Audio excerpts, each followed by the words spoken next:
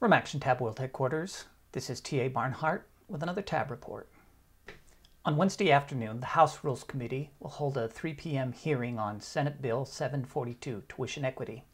If passed, this bill would allow the children of undocumented aliens to attend Oregon colleges and universities and pay in-state tuition. As they say in the House, this is a good bill and should pass. Let's be clear. Those for whom this bill is intended have done nothing wrong. Senator Larry George, a Republican who describes himself as a libertarian at heart, recognizes this. In earlier testimony, we heard about individuals who came here when they're 4 or 5 years old, sometimes younger. They're here, they're raised American, they went through our schools. These kids are not illegal aliens. They have not broken any laws. Colleagues, we're talking about students who were brought to Oregon, who graduated from Oregon high schools. And as the carrier said, it was not the decision of those students to come here, but the choice of their parents. Not only have these kids not broken any laws, they're the kind of kids we say we want to encourage and support. These kids are not lawbreakers. They are examples of exactly what we want our young people to do. Work hard, get good grades, dream big. These students are, in every respect, Oregon residents and have been for years, many of them their whole lives. They're not just Oregon residents. They're successful, intelligent, ambitious. They are high school graduates and they've been accepted to an Oregon college or university, but they face a massive challenge. There's a group of young Oregonians who have been priced out of the higher education marketplace. Even though they've grown up in Oregon, attended school here, graduated from an Oregon high school, and been accepted by an Oregon public university, they are unable to enter the university. Why?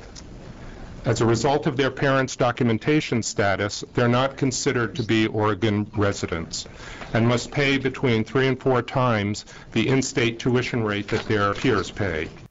If we do not enable them to afford college or university, instead of being productive members of our society, they'll become burdens.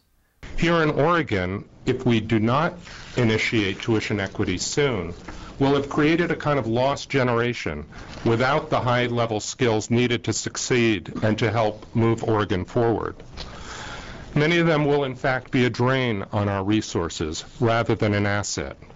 The Oregon legislature faces 2 choices regarding Senate Bill 742. They can, as Senator George did, turn their back on doing the right thing. I think this is an issue that is no doubt that if of all the immigration issues, it's probably the one where the justice argument absolutely comes out the most. In this particular environment with this budget situation, I'm having a really hard time justifying to my constituents that we're going to vote to give in-state tuition to somebody who still is not an in-state resident. Senator George is wrong. These kids are Oregon residents. He voted no, even though he admitted that these kids were being treated unjustly. On the other hand, the legislature can do what Bill's sponsor, Senator Frank Morse, did, and do the right thing by these kids and by the state of Oregon. What is in the best interest of Oregon? And if we, by policy, create a circumstance in which we take a class of young people and deny them opportunity, are we improving Oregon? No, we're not.